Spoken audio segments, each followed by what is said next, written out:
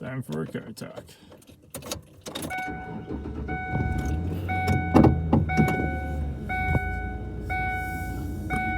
Burp. Like water.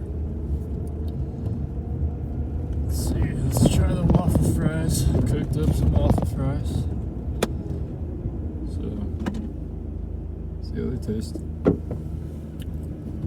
Not bad.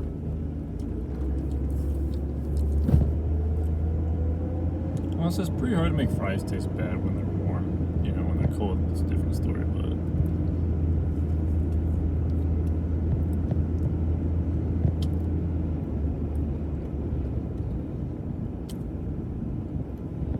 yeah, I'll probably be eating for most of this car talk. Got a lot of waffle fries here. What should we talk about? Chinese government.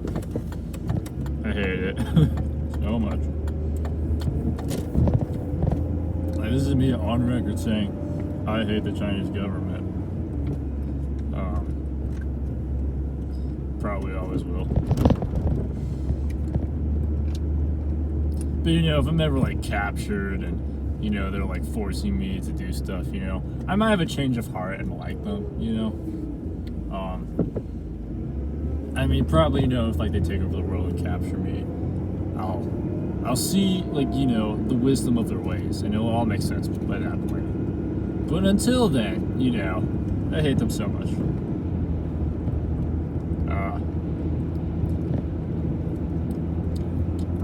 But before that, or, well,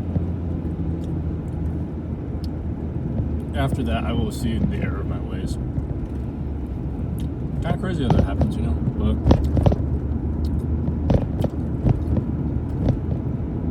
I think a lot of other people suffer similar, I don't know, disability, that's not the right word, similar worldview.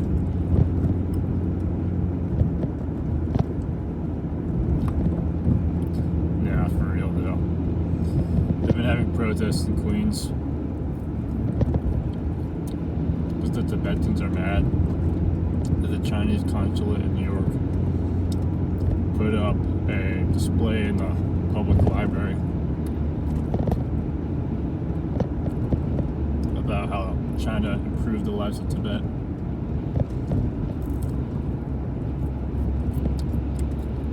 For those who don't know, in like 1951, China invaded Tibet. They've kind of been trying to rewrite history around that for a while now. God, freaking pick a lane. Seriously?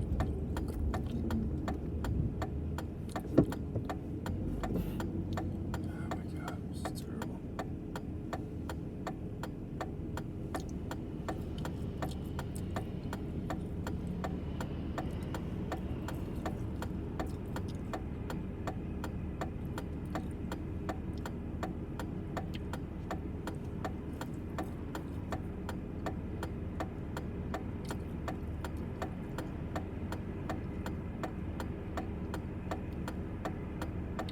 But no, I seriously think that, you know, like, U.S. policy needs to do something about China.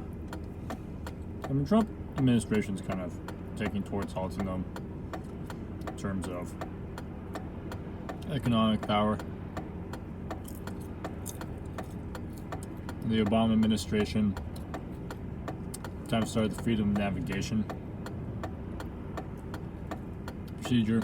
So the idea is that Chinese government, or the Chinese government, is making claims to land in the South China Sea that the rest of the world doesn't recognize.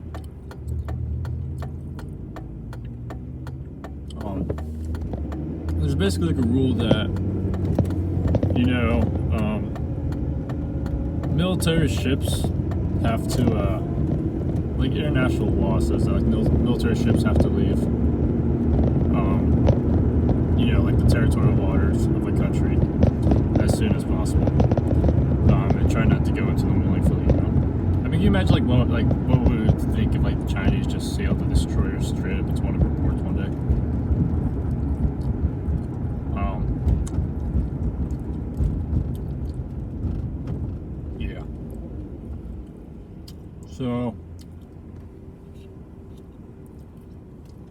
what we do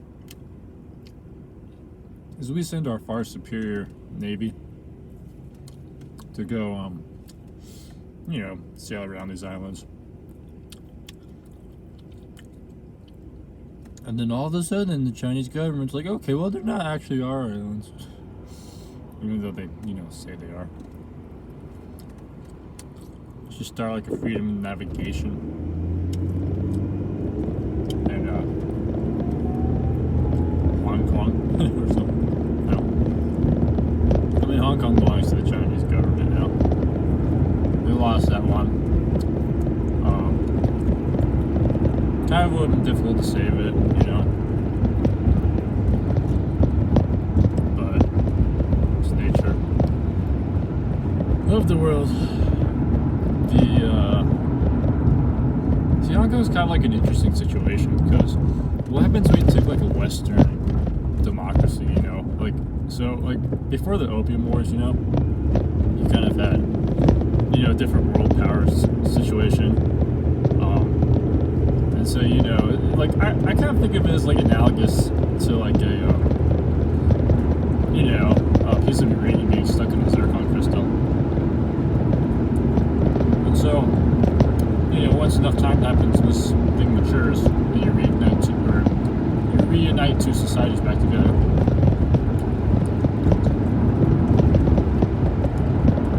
People get a fresh look about all the terrible things the Chinese government has done that they've just become normalized to.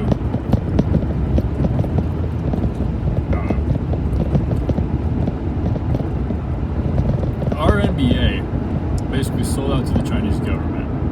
So, people in the NBA have absolutely no problem criticizing America, as they shouldn't.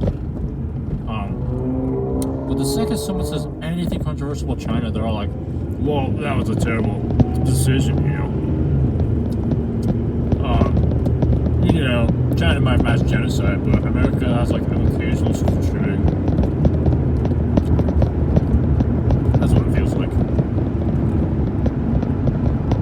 I don't know. Is there school shootings dying? Because it kind of feels like it is.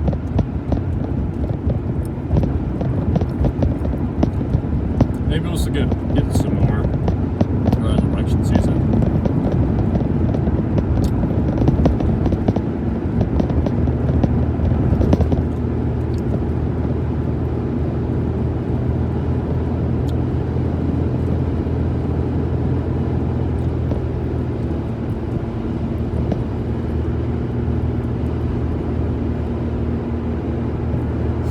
Yeah, but I think it should be very scary to Americans that a giant American corporation, the NBA, is unwilling to, support freedom.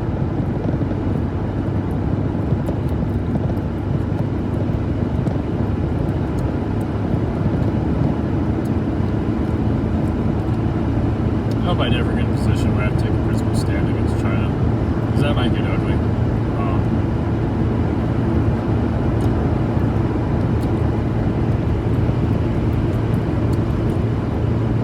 Obviously, you kind of want a market in China. You want to try to change the system through within.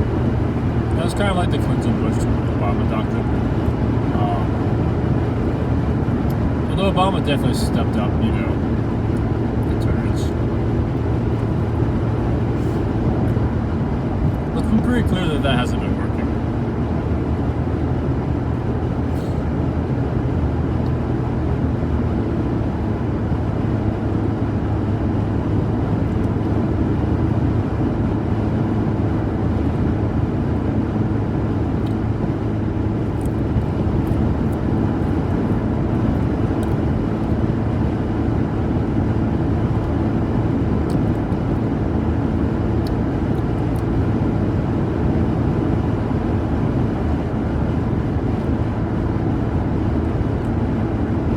I feel like we'll get to a situation, where, I don't think this will happen, but I think it's a possibility. I don't like the possibility.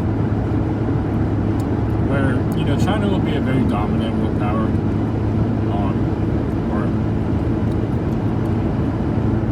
not that America isn't, but, a lot of other countries just scary to see China, launch like an invasion of a country. Small country, like reinvade Iraq. You might see China invade Taiwan or something like that, right? Well, it'll come to a situation where, like, in the law of politics and, especially in China, all the good men will either be bought or broken, right? Or all the people worth believing in, That's scary.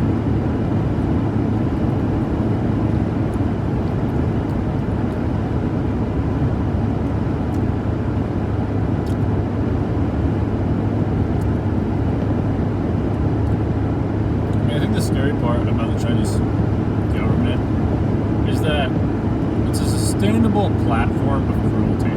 So, something like North Korea is a platform of cruelty, but it's not very sustainable. It doesn't grow.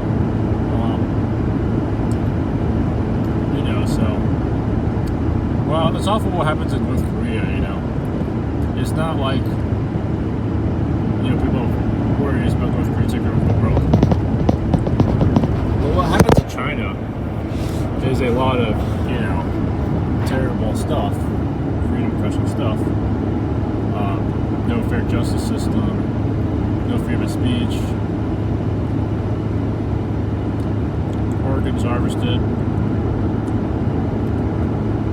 But, the Chinese government's set up in a way where the people, or, the country, can grow. Despite having, ideas that, or despite having beliefs that, tend to shrink governments like this. So usually what happens is, if you have, like, a bad economic system or political system, your country shrinks, or grows less powerful, stagnates. However, in China, the opposite has happened.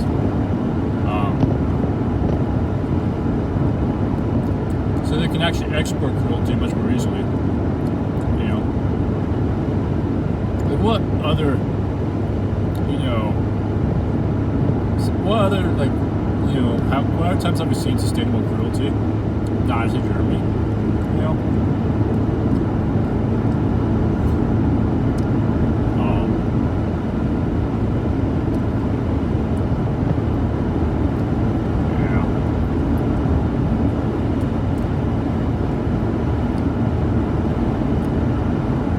Nazi Germany is terrible. Worse than China, I would say, but, China getting there. I mean, as a percentage of people directly affected, China's probably been worse.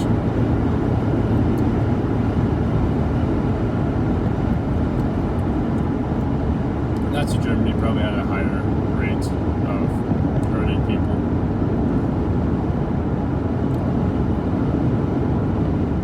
This just wasn't around, 70 years now? Or, I don't know. Yeah, I think it was literally 1946 when People's Republic, or I'm trying to think. There's the People's Republic of China, which is the communist one, and the Republic of China, which is Taiwan. And the two are definitely separate countries.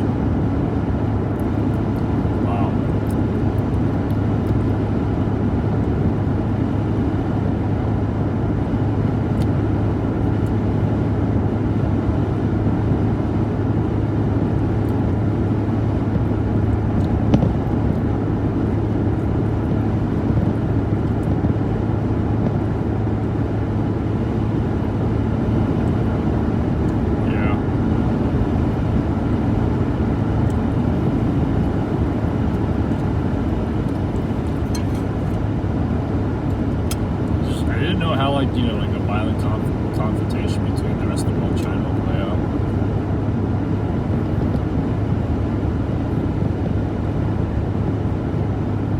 I think China's somewhere close to about 300 nuclear missiles.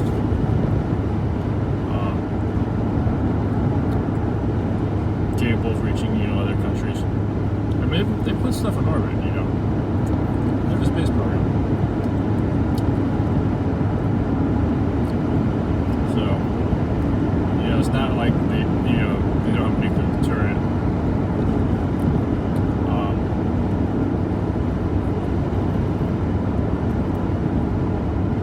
especially if they get Russia involved on their side. Nuclear deterrence pretty overwhelmingly terrible at that point.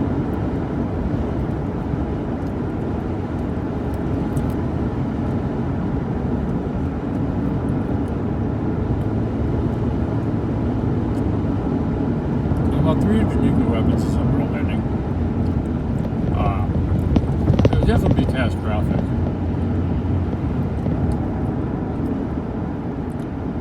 They could take out major portions of Europe or large amounts of the United States, I mean, Los Angeles, San Francisco, Washington, New York, Miami, Houston, Denver, Seattle. They'd all be gone, definitely.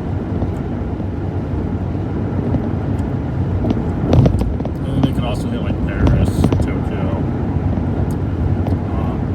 Maybe they'll leave Italy alone. UK, London.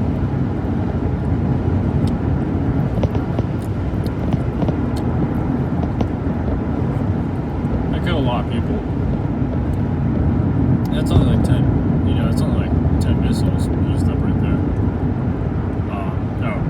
And then they probably spent like another 20 on India, at least. Depending on the type of situation, There's a very good chance the missiles would never have been targeted.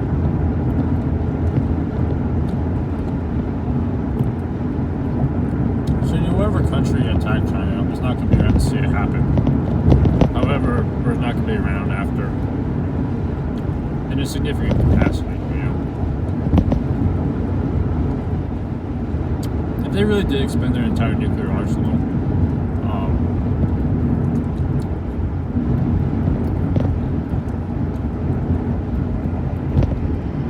then they would,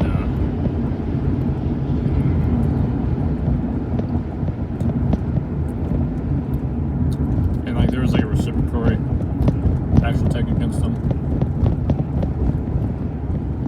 Over half of the world's population would probably be dead. And of the half that survives, it's going to be a lot more difficult to grow stuff in the nuclear winter. It's going to be like a long drought.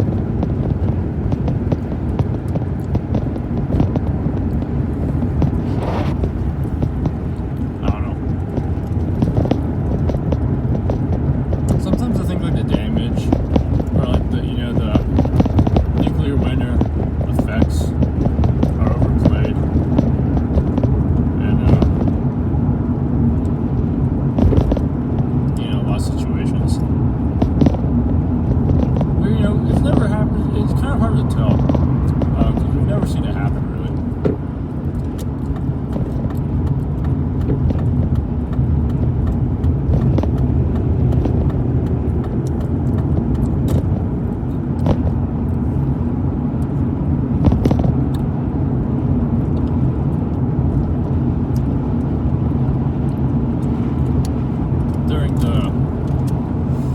I think it was the Iran-Iraq war. They burned each other's oil wells. Or maybe it was Gulf War I. It was probably both of them. As the Iraqis were fleeing Kuwait. Is it World War I? I meant Gulf War I, right? I said that right.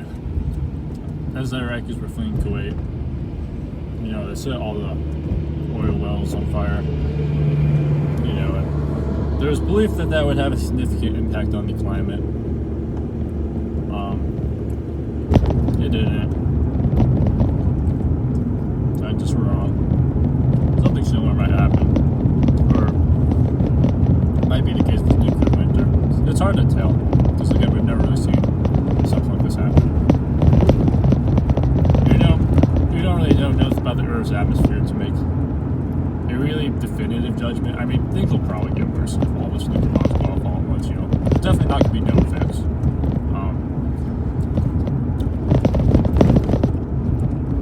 It also depends on like where the bombs go off to, like how close together they are. Stuff. Like if if we just blew up like large portions of the Sahara Desert, North Africa,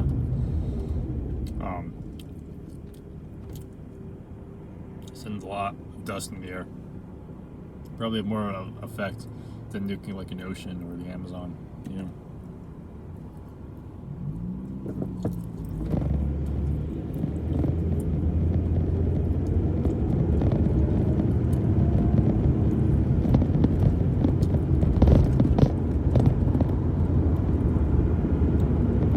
I think human life would survive.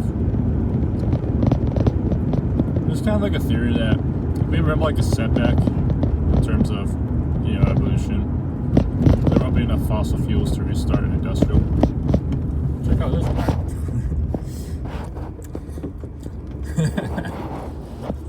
That's stupid. I think it's so it can carry cargo. I mean, it actually kind of makes sense, for, you don't have like a trailer or something.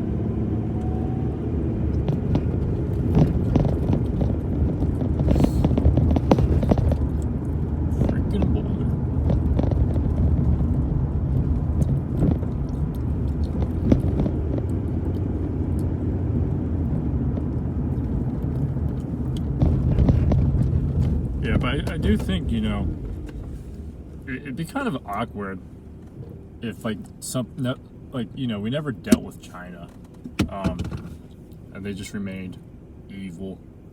They remained not evil for the duration of humanity's, time and space. I mean, you imagine, we take off to outer space and China does the same thing. We both have our own space programs and stuff.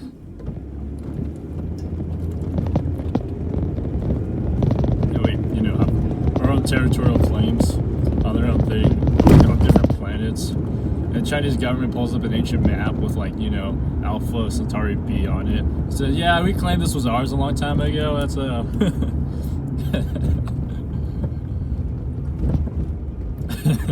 don't want to do that, but if they did. Yeah, it'd be kind of awkward to meet aliens and explain stuff. Yeah, we got like a weird socialist brother who's super into censorship and hates people. Total jerk. In the meantime, there's just gonna be like a large portion of humanity that's just always, suffering. I mean, I think like the average person in China doesn't really mind their life too much. That's just the way things are, But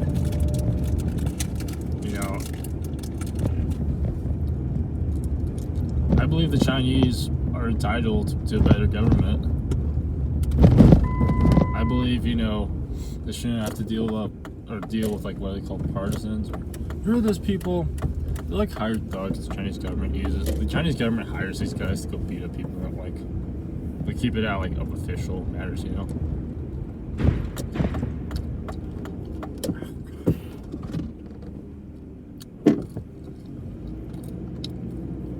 That's a terrible driver.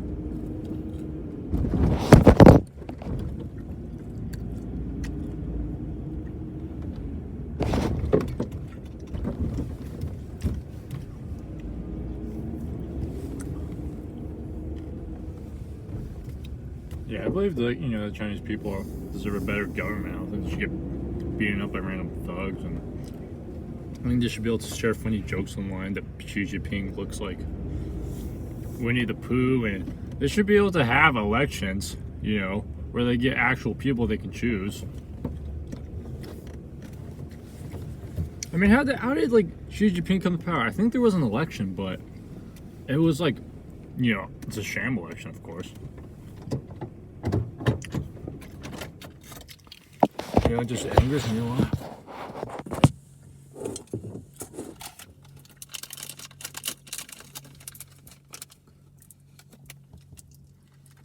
I don't know what's going to happen to fix this, though.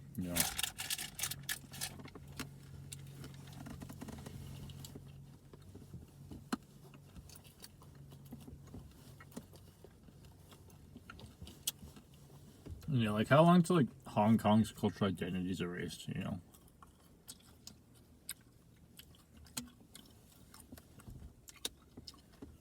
How long till they're just in their Chinese city that, has all the same problems?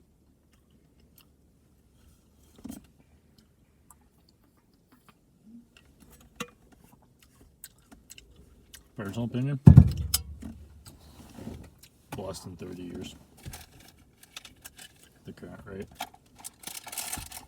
You know what the next target is? Taiwan. You know, any region that's semi-autonomous near China is gonna have a bad day. And then, Southeast Asia after that.